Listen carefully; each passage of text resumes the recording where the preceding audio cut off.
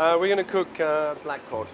It's very popular. I mean, I think it's a bit of an international success globally. You see it on most Asian restaurant menus, and yeah, we take pride in ours. I mean, if you're going to open an Asian restaurant, let's say, it's one of those dishes that is a must. We try to provide the same quality to anybody who may walk through the door and dine in the restaurant. Yeah. Of course, it's exciting for us